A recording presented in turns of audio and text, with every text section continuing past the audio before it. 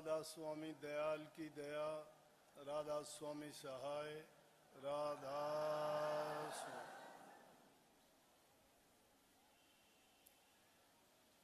प्यारी साध संगत जियो,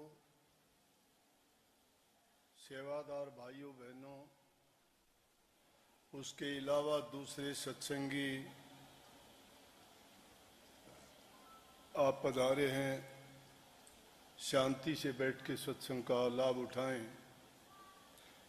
काफी दिन के बाद पुनर्मिलन हुआ है, क्योंकि गर्मी का मौसम था और इन दिनों में थोड़ा लंबा समय निकल जाता है। इस प्रकार का बड़ा आयोजन करने में दिक्कत भी आती है, क्योंकि गर्मी इतनी ज़्यादा होती है, हर प्रकार से किसी न किसी रूप में परेशान हो जाते हैं। इतने लोगों का इंतज़ाम प्रबंध करना, आप लोगों के लिए भी सफ़र करना, इसलिए ये तो गुरु पूर्णिमा का एक बड़ा पर्व मानते हैं हम, और इसके बाद सत्संगों की शुरुआत भी हो जाती है। परंतु इस प्रकार के आयोजन चाहे ना हुए हों, मैं चाहे बाहर हो चाहे अपने देश में यहाँ हो, जितना भी समय मिलता है, ज़्यादा समय नहीं तो कम समय होगा, लेकिन सत्संग बराबर आपको मिलते रहे। आज साइंस का युग है, कोई भी घटना दुनिया के किसी भी कोने में होती है तो पूरे संसार को पता होता है कि क्या हुआ। और वैसे भी जानबूझ के भी हमने ये किया था कि जो भी कार्यक्रम होता है वो सीधा आप तक पहुंच जाए। अगर सब तक नहीं पहुंचता था, हो सकता है एक दिन देर अबेर, लेकिन जरूर मिलता रहा होगा। और आपने देखा होगा कि यहां से भी ज्यादा बिजी मैं बाहर होता हूं। ये नहीं बात कि वहां जाके कोई आराम करता हूं। पहले तो थोड़ी तकलीफ होती थी, सत्संगी बहुत कम थे। आप सोचते होंगे कि गोरे लोग सत्संगी होंगे। हमें गोरे लोगों से कोई मतलब नहीं, गोरे हो काले हो, किसी भी जाति के हो, किसी भी प्रदेश के हो। धर्म के रास्ते पर चलने वाले, गुरु भक्ति के करने वाले, बुरे कामों से जिन्होंने छुटकारा पाना है, ऐसे लोग चाहे वो कोई भी हो। लेकिन कुछ लोगों में अपने जातीय गुण होते हैं, उनकी अपनी आदतें होती हैं प्रकृतिदत्त, वो उनके अनुसार ही व्यवहार किया करते हैं। चाहे वो लोग धर्म के रास्ते पर भी चलते हैं, लेकिन कुछ चीजें ऐसे हैं जिनको हम सख्ताई से निभाते हैं, वो उनको नहीं निभा सकते। वो उन चीजों को ये नहीं मानते हैं। जिस प्रकार से हम मांस भक्षण का पक्का नियम करवाते हैं, लेकिन वो कह देते हैं कि अंडा खाना इसमें नहीं आता है, मछली खाना इसमें नहीं आता है, और इसीलिए उनके हर भोजन में किसी न किसी रूप में इन चीज़ों की मिलावट होती है। परंतु हम तो जिस चीज़ का भी नियम अपने जीवन में धार लेते हैं, उसका पूरा दृढ़ता के साथ पालन करते हैं। तो जो उन चीज़ों को नहीं निभा पाते, तो हमें उनको वो ज्ञान देने में, उनका संग करने में या उनको कोई उपदेश सुनाने में वो मज़ा नहीं आता जो हमारे अपने लोगों को बात करने में हमें आनंद मिलता है। इसलिए वो हो या ना हो, लेकिन अब ऐसा हो गया कि हमारे देश के ही लोग, बच्चे पढ़ने वाले वहाँ इतनी संख्या में चले गए कि पूरा दिन फुर्सत ही नहीं मिलती। उनको जितना टाइम जैसे भी मिलता है, मैं भी सोचता हूँ थोड़े समय के लिए आया हूँ। ये बच्चे पढ़ने के लिए, कोई 2 साल के लिए, कोई 3 साल के लिए, फिर पढ़ाई करके वो काम में लग जाते हैं। वो सोचते हैं कि हम यहीं रहेंगे, और हैं वो सत्संगी। उन्होंने नाम नहीं भी ले रखा हो तो उनके परिवार में, उनके माँ बाप ने, भाई बंधु ने, रिश्तेदारों ने, जिसने भी नाम ले रखा है और उन्होंने नहीं भी लिया तो भी वो नाम की महिमा, गुरु का महत्व समझते हैं। और कहते हैं कि बड़े दिनों के बाद इंसान को पहचान अपने वतन के लोगों की और अपनों की जब होती है, जब कहीं अपने देश को छोड़ के कहीं विदेश में मिलते हैं, और वहाँ उनका तुम जब व्यवहार, बर्ताव, उनकी बातचीत, उनका वार्तालाप अगर देखते हो तो देखते ही बनता है। वहाँ जाके वो कंपैरिजन करते हैं अपनी सभ्यता, अपने नियम, अपनी मर्यादाओं का, तो वो ये महसूस करते हैं कि हाँ, हमारी आदतें, हमारी प्रकृति, हमारे नियम और मर्यादाएं बहुत ऊंची और अच्छी हैं।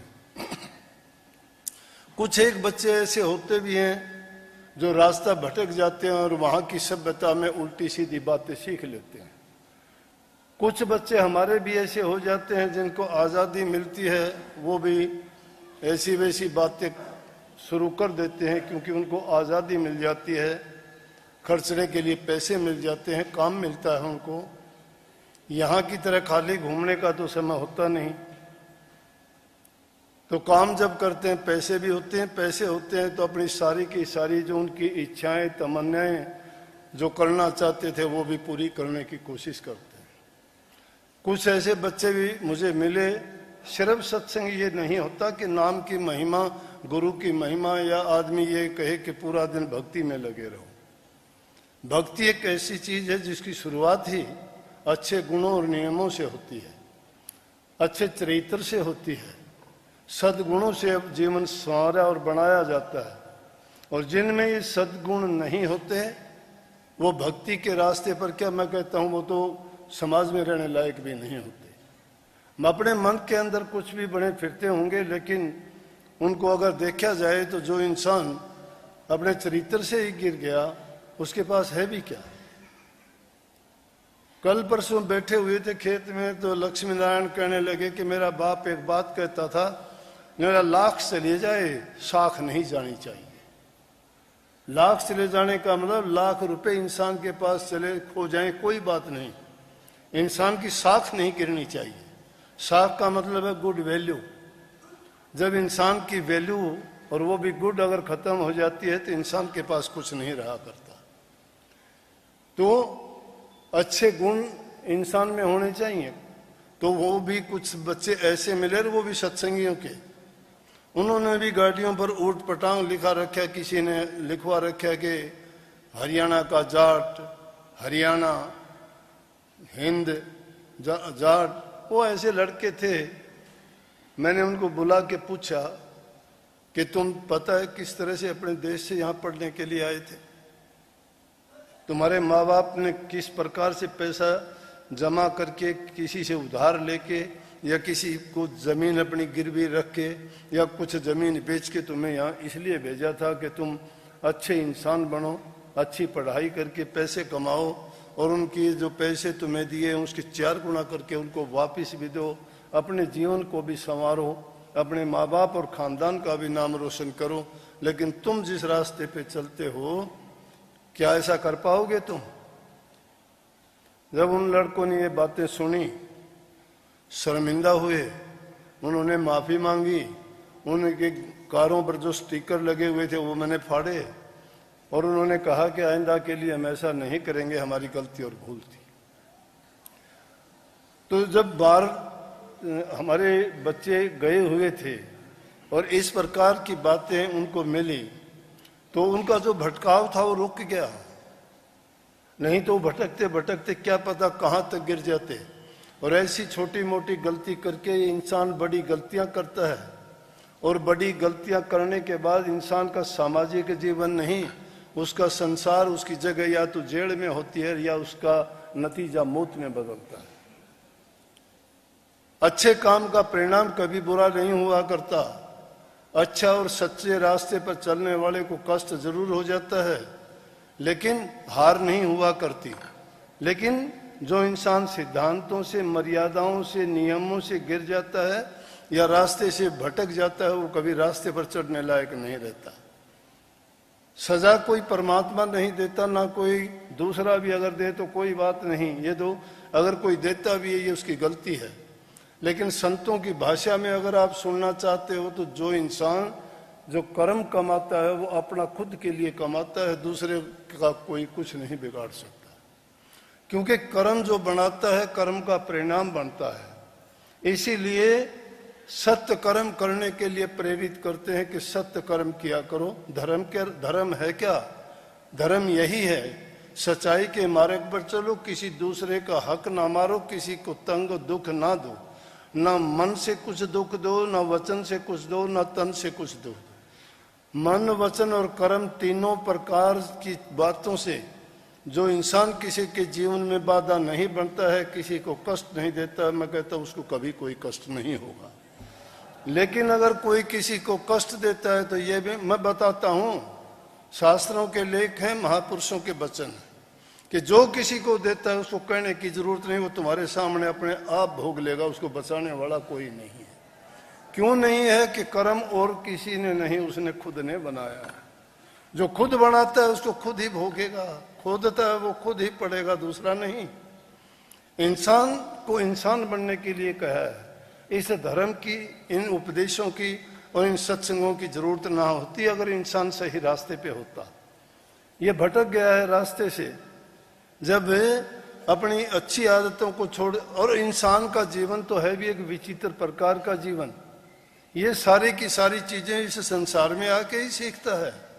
दूसरे जीव तो प्रकृति से ही सब कुछ लेके आते हैं, लेकिन इंसान तो जो कुछ भी सीखता है वो यहाँ सीख के और फिर करता है। इसलिए इन चीजों की जरूरत पड़ती है भाई तुम्हारे जीवन में, तुम्हारे कर्म में। कर्म चाहे कोई भी किसी प्रकार का भी करते हो तुम, उसमें सारी चीजें हमारे जीवन यापन की चीजों की कमाई से लेके, हमारे बोलचाल से लेके, हमारे रहन सहन के तौर तरीके से लेके, हमारे दूसरे लोगों से व्यवहार के बारे में, चाहे वो घर में है चाहे बाहर है, अगर हमारे विचार सही नहीं है, हमारी सोच अगर अच्छी नहीं है, तो हमारे कर्म भी कभी अच्छे नहीं हो सकते। इस संतों की शरण में इसलिए जो वाणी थी, वाणी मेरी थी, है दूसरी किसी की नहीं थी। कि बड़भागी को हो सतगुरु के दर्शन। बड़भागी में अब दूसरा कह सकता है कि क्या, कौन सतगुरु और उसके दर्शनों में क्या बड़भागीपन है? ये बड़भागीपन है। अकेला इंसान क्या इन बातों को जान सकता है? इंसान जो खुद करता है अपनी गलतियां कभी देखा नहीं करता है, लेकिन अगर कोई दूसरा बताता है तो उसको मानता भी नहीं है। अगर दूसरा कोई कहता है तो उसके साथ वो शत्रुता और दुश्मनी पाल लेता है कि मुझे ऐसा क्यों कहा, क्योंकि उसकी जो सोच है, उसका जो ख्याल विचार है वो उसको सही मानता है। दूसरा जो सही राय देता है उसको वो गलत मानता है, क्योंकि उसकी बात में, उसकी सोच में उसने एक बाधा डाल दी। इसलिए वो नहीं चाहता कि कोई उसके काम में, उसकी बात में दखल दे। परंतु ये नहीं सोचता कि उसने जो बात बताई है वो खुद की गलती स्वयं कोई नहीं देख पाता। दूसरा इंसान उसकी गलतियों को देख के बता सकता है कि इसने ये गलती की है, और अगर उसकी गलती को मान के वो अपना सुधार कर लेता है तो वो इंसान समझो तो ये बातें कौन, दुनियादारी के लोग कहेंगे, बुरी लगेगी। सतगुरु आपको वो बात स्पष्ट रूप में सबके सामने कह देंगे, किसी एक को नहीं सबको कहेंगे। किसी एक का नाम लेके नहीं कहते, वो सबको समझा के कहते हैं, तो उससे कोई बुरा नहीं मानता है। वो कहते हैं कि सत्य वचन। जब कोई गुरु उपदेश करता है, कोई आपको शिक्षा देता है, आप कोई नहीं कहते कि गलत कहा है, आप कहते हो सत्य वचन। और इसीलिए क्योंकि उनकी बात में किसी प्रकार की मिलावट मिलोनी नहीं होती, उनका कोई अपना निजी स्वार्थ नहीं होता, उनके दिल में किसी के प्रति ईर्ष्या नहीं होती कि ईर्ष्या बस किसी को कहते हो, नहीं, वो उसके कल्याण के लिए, उसके हित के लिए, उसके सुधार के लिए, उसके जीवन को बढ़ाने के लिए कहते हैं। और वो सार्वभौमिक होती है, सर्वजन हिताय होती है, सर्वजन सुखाय होती है। वो सब जनों को सुख देने वाली, सबको अच्छा बनाने वाली और सबके जीवन को पवित्र बनाने वाली होती है। इसीलिए कही कि बड़भागी वो लोग हैं। पहला बड़भाग है कि हमें पवित्र जीवन मिला। कितने जन्मों के बाद ये जीवन हमें मिला है, कितने अच्छे कर्म किए होंगे तब मिला है। उसके बाद सत्संग मिला और गुरु भी मिल गया। गुरु मिलना इतना आसान नहीं है। जिन्होंने गुरु की खोज की है उनसे जाके पूछो, और जिनको सस्ते में गुरु मिल गया वो गुरु का महत्व नहीं समझेंगे, या जिनको जगत की लालसाएं पड़ी हुई हैं दिल में वो गुरु का महत्व नहीं जानते। वो गुरु को एक आम आदमी भी नहीं समझेंगे, और जो गुरु को आम आदमी भी नहीं समझता, कबीर साहब उनके लिए बहुत बुरा बोलते हैं। कबीर साहब तो कहते हैं गुरु को मानस जानते ते नर कई अंध, दुखी होवे संसार में आगे यम का फंद। गुरु को मानस मत जानो, मानस तुम देह को जानते हो। देह तो इंसान की धर के आते हैं, धरी दे मानस की गुरु ने, जो तो तेरा करें कल्याण। अगर वो मानस की देह धर के नहीं आते तो तेरा कल्याण कैसे होता। इसलिए देह तो इंसान की धर के आएंगे, तेरी भाषा भी बोलेंगे, तुम्हारे अंदर रहें भीगे, तुम्हारे जैसे खान पान व्यवहार और बर्ताव भी करेंगे। अगर ऐसा वो नहीं करते हैं तो आपकी समझ से बाहर होगी, आप नहीं समझ पाओगे। इसलिए गुरु सबके हित की बात करते हैं, और गुरु की बात को मान के हम अपने जीवन में जिन बातों को ढाल लेते हैं तो निश्चित रूप से हमारा जीवन संवर भी जाता है। गुरु क्या बताता है? गुरु एक सहारा देता है, वो है गुरु का मंत्र। गुरु मंत्र देता है, मंत्र को दे के कहता है इस मंत्र के सहारे जो भी तू इसको सच्चे मन से एकाग्रचित होके एकांत में बैठ के इसका जाप करेगा, इसका सुमन करेगा, इसका ध्यान करेगा, तो निश्चित रूप से तेरा मन भी तेरे काबू में होगा, तेरी सारी इंद्रियां काबू में होंगी, तेरी सोच भी सुधर जाएगी। और जो ये दोनों चीजें सुधर जाती हैं तो इंसान का पूरा जीवन संवर जाता है। नाम में बड़ी ताकत है, लेकिन नाम का तो हम सुमन तक भी नहीं करते। सच्चाई की तो बात यह है, परंतु हमें संतोष किस बात से है? संतोष ये है कि कम से कम इंसान का चोला मिला है, गुरु की संगत में आप आए हो। संगत में आने से इतना तो हो गया कि इनमें से बहुत सी बुराइयां छूट गई हैं। घरों में प्यार प्रेम से रहते हो, हुक्का बीड़ी शराब चीजों से आपकी छूट हो गई है, किसी की निंदा बुराई करने से आप बच गए हो। ये छोटी मोटी चीजें ही ऐसी थी जो हमें नित्य प्रति के हमारे दिमाग को खराब रखती थी, हमारे मन में घर कर बैठती, तो नई नई समस्याएं पैदा कर देती थी। बोलने से समस्या पैदा होती है, बुरा करने से तो होनी। अगर आदमी जबान से भी छोटी सी बात कह दे तो उससे इतना बड़ी बात बन जाती है कि आदमी सब कुछ बर्बाद कर देता है। कि इतिहास भरा पड़ा है छोटी छोटी बातों के कहने से। लेकिन उस जीवन में रहते हुए संसारी जीवन में जब हम होते हैं तो उन चीजों को समझने में बड़ी देर लगती है, परंतु संतों की संगत में जब बैठते हैं और उन चीजों पर प्रकाश डाला जाता है तो आपको ये पता लग जाता है या समझ जाते हो कि हाँ, ऐसा करने से तो ऐसा ही होना था। इसलिए संतों की महिमा गाई है कि संतों के संग में जाके आदमी कैसी बात कही कि संतों के संग में जौ की भूसी खा, खीर खांड हलवा मिले तो साकेत संग न जा।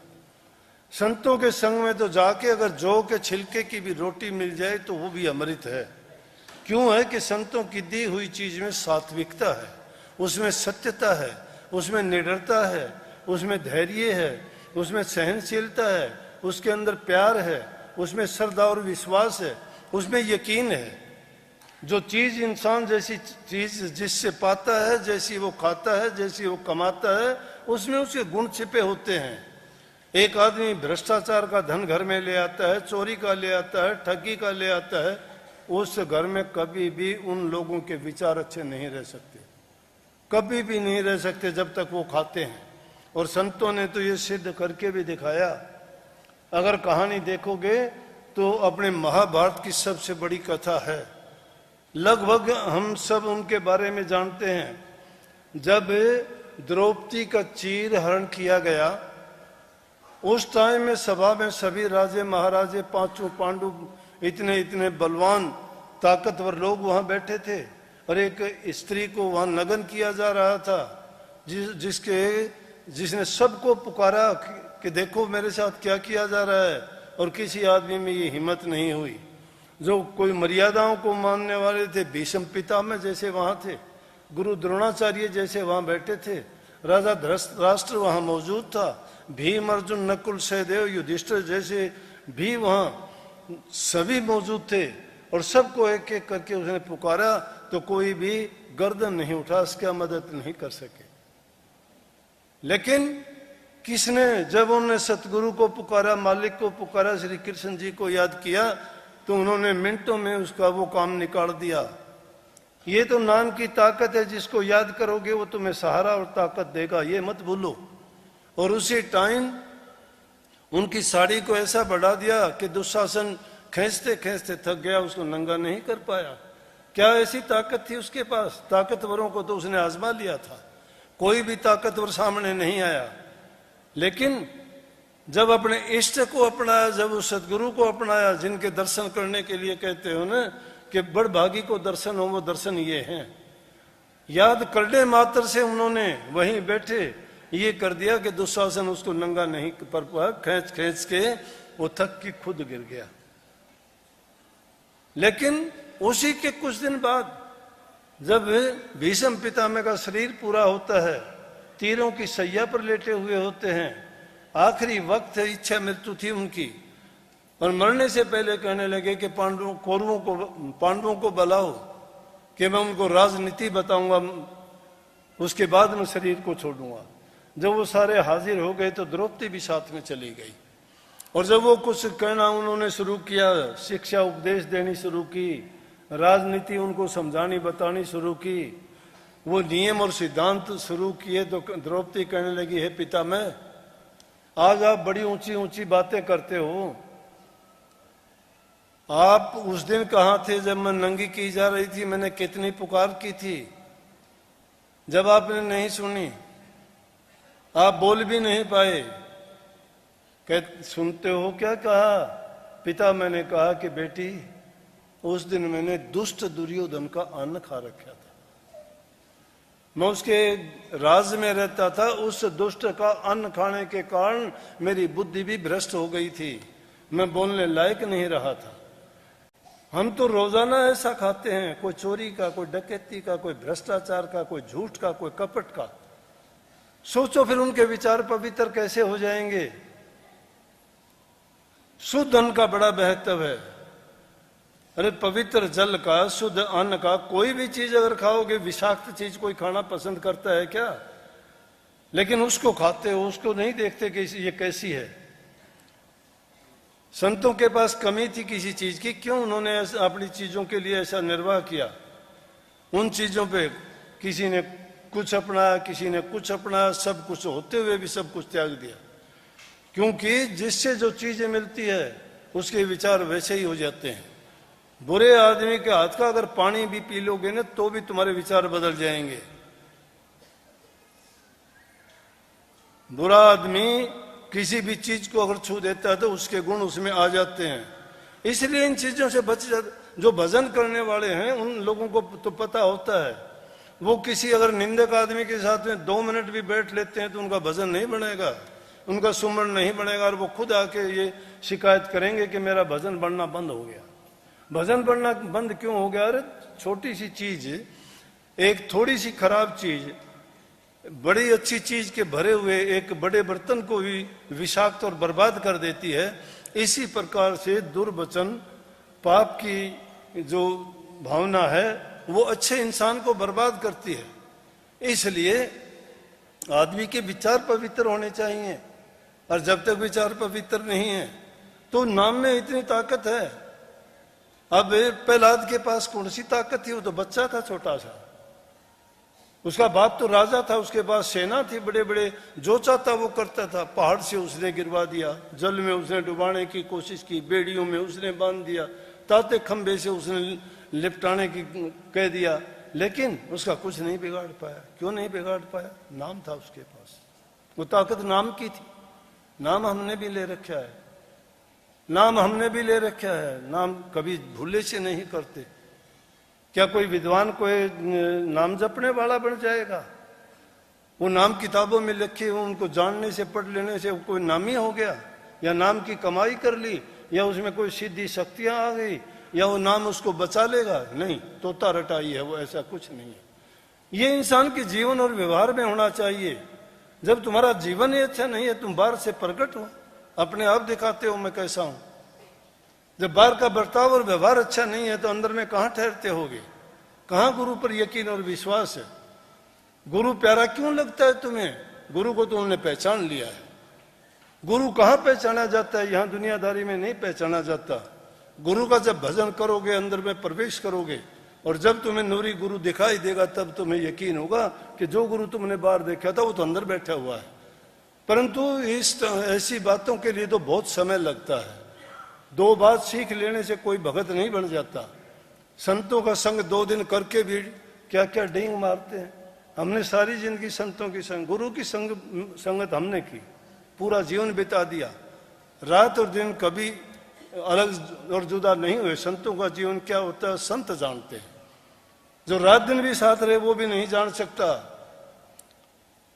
बाला कहने लगा कि नानक साहब के साथ पूरी जिंदगी घूमना, मैं देश विदेश हर जगह गया, लेकिन पूरी जिंदगी नानक साहब ने मुझे ये महसूस नहीं होने दिया कि वो इतनी ऊंची गति के संत हैं।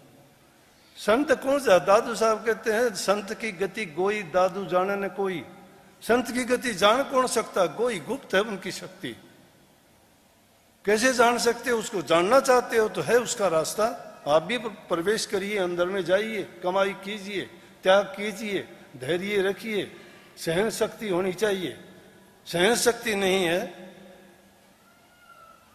अगर छोटी छोटी बात पे छलकते हो, कोई कुछ कह देता है, कोई झूठी कहता है, कोई सच्ची कहता है, कोई कुछ कहता है, वो अगर बर्दाश्त कर लोगे तो। और संत का तो जीवन ऐसा होना चाहिए सागर जैसा। आकाश में चमकती हुई बिजली अगर समुद्र में गिर भी जाती है, क्या जलाएगी उसका? क्या जलाएगी? जलने वाली चीज वो है ही नहीं। संतों से जीना सीखो, संतों से भक्ति का रास्ता सीखो। वो नाम की कमाई करते नहीं हो, सिर्फ नाम सुन के ये आप मन में एक विचार कर लेते हो कि हमने नाम ले लिया, नाम लेने से पीछे, नाम लेके भी तुम ऐसे कर्म करते हो। अरे नाम लेके तुम डूबते हो, नाम लेते हो उसी की बुराई करते हो। बताओ नाम कहां से? जो इंसान जिस चीज से सब कुछ पाता है और उसी की निंदा और उसी की बुराई करता है, वो कहां से तिर जाएगा? है कोई तिरने का तरीका उसका? नहीं, उसको कोई नहीं बचा सकता।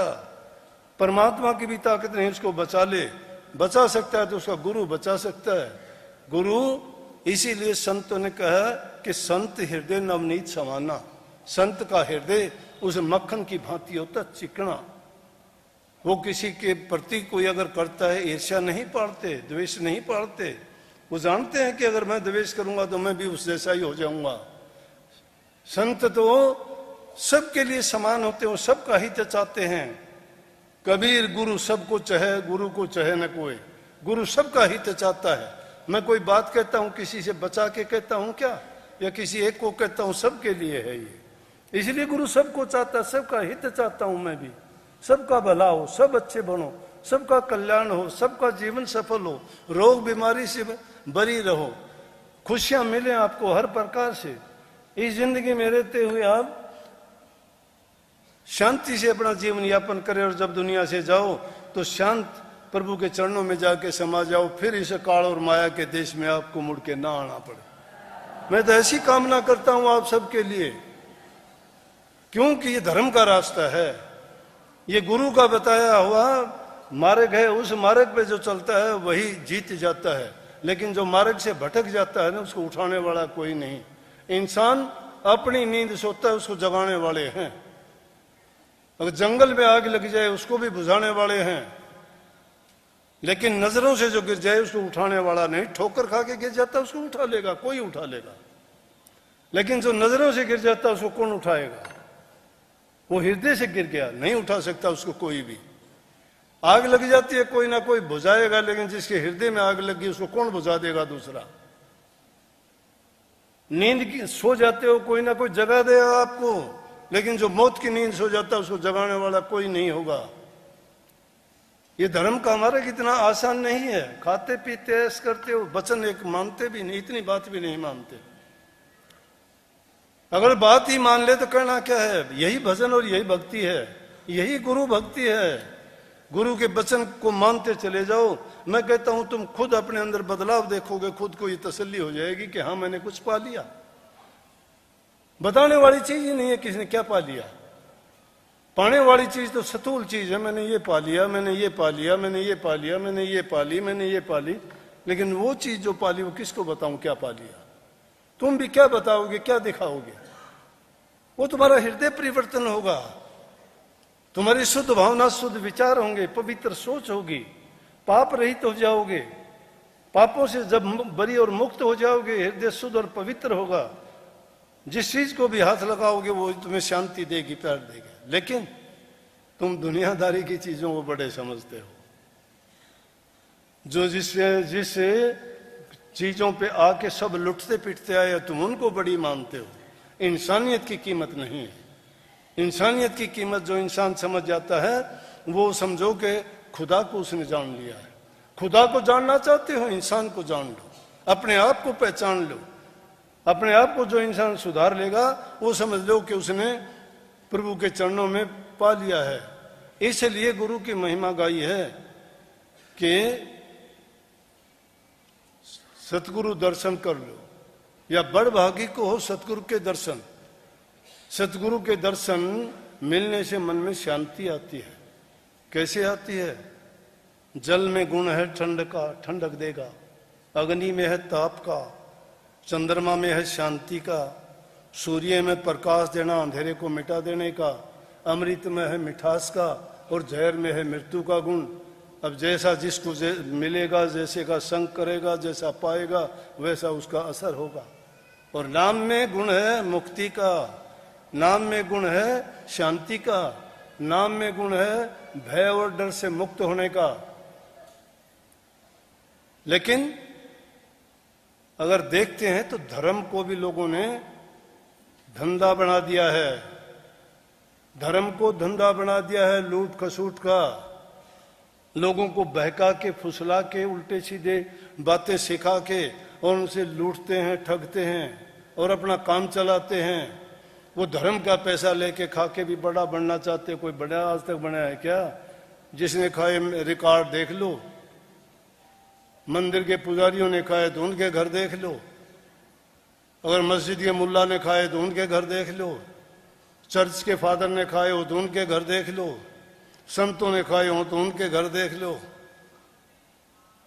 एक आदमी किसी चीज पर से उसको अपने दुर्गुणों के लिए वार के देता है, दूसरा उसको खा के ये कहता है ये तो ऐसा है जिस प्रकार से कोई किसी को जहर मिला के कोई चीज दे जाए वो चटकारे लेके खाता है, लेकिन ये नहीं पता कि तूने जहर खाया है, कुछ समय के बाद तेरी मृत्यु हो जाएगी। ये संसार के पदार्थ इसी प्रकार से हमें ठगते हैं। दिखाई देने में मीठे जरूर लगते हैं, अच्छे जरूर लगते हैं, दिखाई अच्छे देते हैं। चंद रोज के लिए इंसान अपना जीवन खराब और बर्बाद कर लेता है। जीवन को संवारो। अगर तुम अच्छे इंसान बनना चाहते हो धीरे धीरे करके, ये अलग बात है, बहाना मत बनाओ। कहते हो कि ये कलयुग हो गया, यूं तो कहने को मैं भी कहता हूं कलयुग नहीं पाप युग है। वो क्यों है कि रोजाना की जो बातें सुनते हैं वो बातें आम जीवन में ऐसे हालात हो गए कि बड़ा दुख लगता है वो बातें सुन के। वो बातें सुन के ही बड़ा दुख लगता है। एक छोटा सा बच्चा अपने बाप दादा दादी माँ को, उनको भी ऐसे वचन बोल देता है, बेचारे रोते हैं। 2 दिन पहले ही एक लड़का 12-14 साल का होगा, मुश्किल से 7वीं 8वीं पढ़ने वाला, लेकिन हष्ट पुष्ट शरीर का। उसकी दादी आके कहने लगी, कहती है कि जी इसको समझाओ, ये मानता नहीं है। अब मैं भी हैरान होता हूँ कि तुम्हारे से तुम्हारे 2-2, 4-4 साल के, 5 साल के, 8 साल के बच्चे नहीं सुधरते, और मैं इन पके हुए जो ये बैठे इनको कैसे सुधारूंगा। लेकिन मैं इनको ही कहता हूं कि तुमने अपनी संतान को बिगाड़ दिया। अब वो बच्चा क्या, मैं बोला क्या करता है ये? बोला करता क्या है कि अगर यूं कह देने के ना बेटा यूं ना करे, आंगली मत कर देना, आंगली तोड़ दूंगा। अगर कहते हैं हाथ कर देना, हाथ मत कर देना, मैं हाथ तोड़ दूंगा। वो बोला बुरे से बुरा बोलता है, गंदे से गंदा बोलता है। आदमी जो अपने घर में देखता है सीखता है वही बोलेगा। किसी घर में जब विरोधी विचार हो, कोई नेक बच्चा एक आदि पैदा होगा, नहीं तो उसमें जैसे विचार जैसे ख्यालात वो उनसे अपने माँ बाप से अपने बड़ों से सुनेगा वो वैसा ही बन जाएगा, वो वैसा ही बन जाएगा। अरे चंदन के बाग में रहने वाले ढाक और पलाश के पेड़ों में भी चंदन की खुशबू हो जाती है, चाहे वो चंदन तो नहीं है लेकिन खुशबू चंदन की आती है उनमें भी, क्योंकि अच्छों के संग करने से इंसान में अच्छे गुण आते हैं और बुरे आदमियों का संग करने से इंसान के अंदर बुराइयां और निकम्मी सोच बन जाती है उनकी, जो उनको कभी उभरने नहीं देती। इसलिए अपनी सोच, इनमें तीनों चीज आ जाती है, मन भी, वचन भी और कर्म भी। एक दिन में नहीं सुधरती, लेकिन देखते देखते बहुत दिन हो गए। स्वामी जी महाराज ने क्यों कही कि सत्संग करत बहुत दिन बीते, अब तो छोड़ पुरानी बाण। सत्संग करत बहुत दिन बीते, सत्य संगति में बैठते हो, गुरु का उपदेश सुनते हो, ज्ञान सुनते हो, बहुत दिन बीत गए। एक एक वचन सुनने वालों ने अपना जीवन बदल के रख दिया था। उनके नाम अगर सुनाए तो आप कहोगे कि हाँ हुआ ऐसा। उनके गीत गाते हो कि उसका ऐसा हो गया, उसका हो गया, तो क्या हम वैसा करने के लिए तैयार हैं? नहीं है हम तैयार। उनके गीत गाते, उनका इतिहास तो जानने का, क्योंकि वो लिखी लिखाई बात है, करना बड़ा कठिन है। कहनी मीठी खांड सिर करनी, विष की लो कहनी सी करनी, करे तो विष का अमृत हो। अगर इंसान कहता है वैसी अगर कर दे तो जहर का भी अमृत बढ़ जाता है, बड़ा अमृत। मेरा भाई को जिसने नाम की कमाई कर रखी थी उसको परवाह ही नहीं थी, जहर दिया गया, उसने जहर मानना ही नहीं, कहने लगे कि ले, बता भी दिया था, उसकी ननद ने उसको बता दिया था कि तुझे जहर दिया जाएगा और तू जहर पिएगी मर जाएगी, लेकिन कहाँ बेपरवाह थी वो। कहने लगी मैं नहीं मरने वाली, कुछ भी दे दे मुझे, जहर नहीं, मुझे वो अमृत करके दे रहे हैं, मैं अमृत करके उसको पी रही हूं।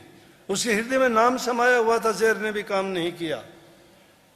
स्वामी दयानंद जी को कितनी बार जहर दिया गया? 11, 12 बार, 14 बार, गिनती नहीं। इतनी बार शीशा पिलाया गया उनको, जहर दिया गया, लेकिन नहीं असर किया। इसलिए हृदय में जब तुम उस नाम को बसा लेते हो, वो शुद्ध और पवित्र तुम्हारे विचार होते हैं, वो हर चीज को हजम कर जाता है। लेकिन वो हजम करना पहले बाहर से सीखोगे, तभी अंतर में आपको आएगा। वो कभी सोचते हो कि देखा देखी का खेल नहीं है, करनी करनी सीखो। करनी नहीं करते, ना नाम प्यारा आपको, ना गुरु प्यारा, तो उनका वचन प्यारा कर, वो तो आपको ऐसा लगेगा कड़वा एकदम, जैसे गोली मार दी आपको। अच्छी बात भी कड़वी लगेगी, क्योंकि हृदय में पाप भरा हुआ है। नहीं तो संतों के वचन तो ये है कि मेरे सतगुरु सेल समान बाण मेरा मारा है, बाण मेरा मारा है, सेल के समान बाण मारा है। किसका? वचन का मारा बाण। शुद्ध बुद्ध भूल जाते हैं सारे। डॉक्टर वैद्य हकीम का इलाज नहीं है, वो गुरु के पास इलाज है। शब्द का बाण लगा है, और जिसके शब्द का बाण लगता है उसके होशो हवास खो जाते हैं। वो ये दुनिया का नहीं रहता, सिर्फ उसको एक ही चीज नजर आती है। लेकिन हम तो दुनिया को तो सत्य मानते हैं, सत्संग और गुरु को मिथ्या मानते हैं, इसलिए हमारी हालत बिगड़ गई। अगर गुरु को और गुरु के वचन को सत्य मानते हैं ना, तो दुनिया हमें मिथ्या नजर आती। इसीलिए मैंने वो शब्द लिखा है, झूठा है संसार सारा। किससे क्या यारी है बोलिए ना? कोई है भाई बंधु मित्र तुम्हारा? ये सब साथी मतलब के हैं, इनका मतलब पूरा होता है सारे सही हैं। नहीं तो जाओगे उस दिन तुम्हारे साथ कोई नहीं जाएगा। ये तो जब तो यूं कहेंगे जल्दी उठा लो इसको, शमशान तक के साथी हैं ये। कोई साथी नहीं किसी का तुम्हारे कर्मों ने साथ देना है। नेक कर्म करोगे तो वो तुम्हारे साथ जाएंगे। इस जिंदगी में तुम चले जाओगे, तुम्हारी प्रकृति रहेगी अच्छे काम करने वालों की। दुष्ट काम करने वाला जिंदा होते हुए भी मुर्दा होता है, लोग उस पर थूकते हैं, सामने नहीं पीछे से थूकते हैं। उस इंसान का जिंदा रहना भी क्या है? जिस इंसान के चोले में आके जिसने नेकी नहीं कमाई, नेक कर्म नहीं किए, अपने जीवन को सफल नहीं बनाया, तो धिक्कार है ऐसे जीवन को, वो जिए ना जिए। फिर तो गधे जैसे हैं। गधा अगर परमात्मा से शिकायत करे कि सबको पूछते हैं किसी न किसी रूप में, मुझे कोई क्यों नहीं पूछता? वो अगर कह दे मुझे कोई क्यों नहीं पूछता, तो जो ऐसे गुण गधे जैसे अपनाता उसको कौन पूछेगा भाई। अच्छे गुण अपनाओ, गुरु भक्त बनो, गुरु के वचन में चलो, अच्छे काम तुम्हारे होंगे, जीवन तुम्हारा सुधरेगा, भलाई तुम्हें मिलेगी। गुरु का तो कुछ भी नहीं लेना देना। गुरु को क्या दे दोगे बताओ। गुरु के तो इतने साथी तो जरूर हो कि भाई गुरु मिला, सारी चीजें मिल गई, अब गुरु जी की जरूरत ही नहीं है। भोजन वस्त्र धन मिल जाता, लोग करें सत्कारा, ये गुरु जी क्या न चाहिए मेरे भावकार है। पाछे तो न्यू कहे ये चिमटा ठार तुम्बा ठाए चोर ना बनो। गुरु के बन के रहोगे तो ये चीज, गुरु के संग से तुम्हें ये चीजें मिली हैं। एक आदमी मिट्टी छानता था, मिट्टी छानते छानते उसको लाल मिल गया। लाल मिल गया तो उसके बाद भी मिट्टी छानता रहा। लाल तो 9 करोड़ का होता है। लोग कहने लगे रे अब क्या कमी रह गई, 9 करोड़ का लाल मिल गया तेरे को तो, और फिर भी तू मिट्टी छानता है। बोला रे लाल मिट्टी छानने से ही मिला था मेरा। ये है समझ। जिस चीज से तुम्हें वो चीज मिली थी उसी को भूल गए। इसलिए नाम को, गुरु को, भक्ति को, परमात्मा को, इनको ना भूलिए। इनको भूलोगे सावधानी हटी, दुर्घटना घटी। सबको बहुत बहुत आशीर्वाद। कल को फिर मुलाकात मिलेंगे।